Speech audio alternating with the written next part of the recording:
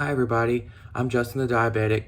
If you're watching this video, this is my introduction video. I'm going to tell you a little bit about me, the treatments that I've had when I was first diagnosed with diabetes 10 years ago, and then the different steps and challenges that I hope to cover over this YouTube channel.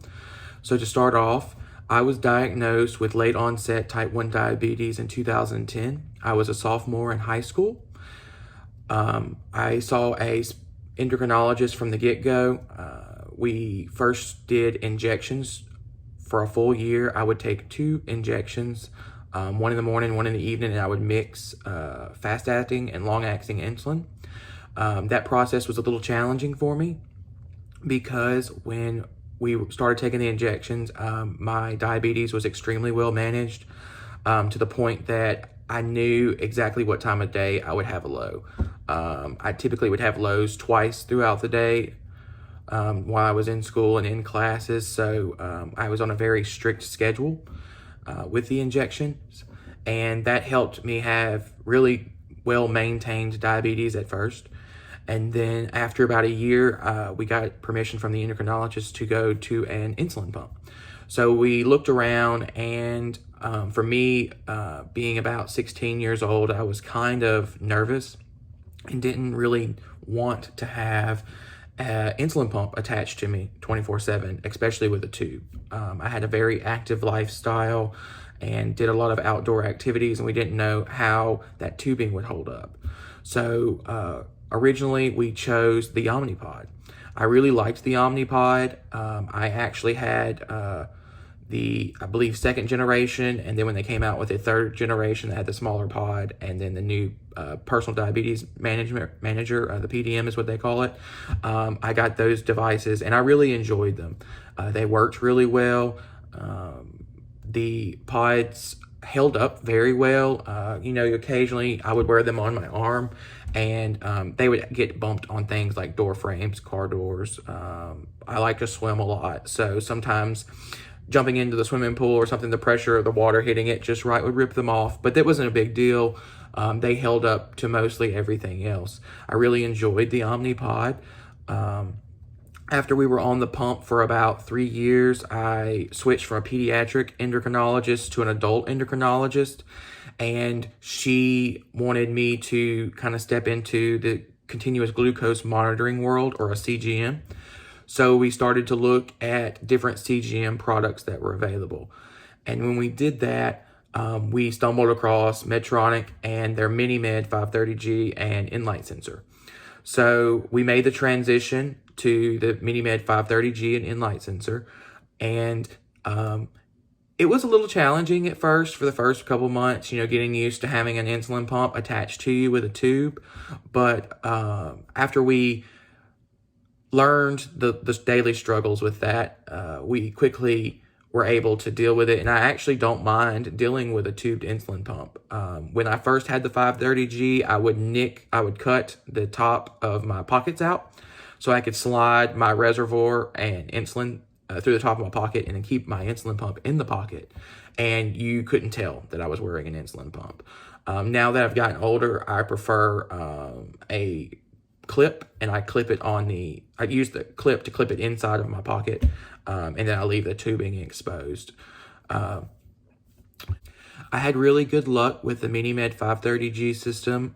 When my pump went out of warranty, I took the next step and upgraded to the MiniMed 670G, and I am currently, as of this video, still using the 670G and the Guardian sensor. I've been on this pump for about 3 years.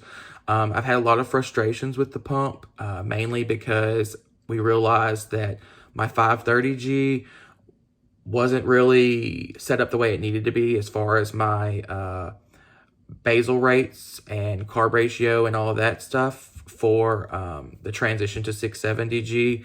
So when I got on the 670G, the main feature for that pump is auto mode, which, if you don't know, auto mode looks at your glucose value from your sensor and every 5 minutes, and it submits a micro bolus, and that is supposed to get rid of your basal rates, and the pump is automatically adjusting your insulin delivery based on what your glucose value is.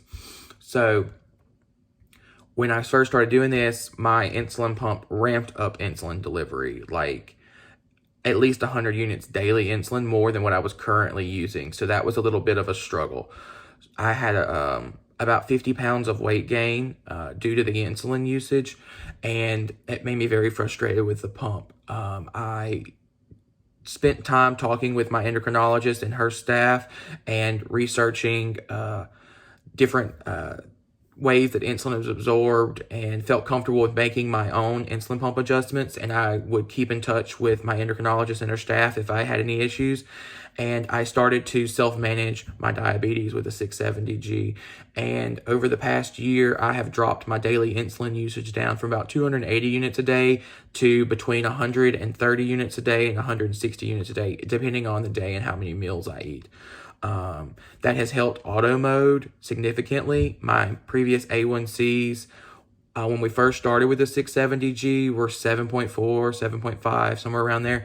And now that I've started self-managing and kind of keeping track of everything, my A1C is now 6.9, and I'm hoping that when I get the 770G in a couple days and get started on that, I can make some more adjustments, and hopefully later next year, when the 780G software update is approved, I can lower my target glucose value in auto mode from 120 to 100. I can get my A1C down to below 6.5. That's my goal. Be extremely well managed. And I have been working on my eating habits and what I eat, the quantities of what I eat, and the insulin usage. I have slowly, over the past year and a half, lost about 15 to 20 pounds. I want to keep that slow trend to change my lifestyle and to get the weight that I've gained back off, to get my weight back down. I am currently about 295. I peaked at about 315, and my ideal weight would be back down around 220, 230. So I want to stay on top of my diabetes, but slowly make the little lifestyle adjustments to lower my weight back down to a healthy level. So in this channel, I want to dive into all the products that I've covered.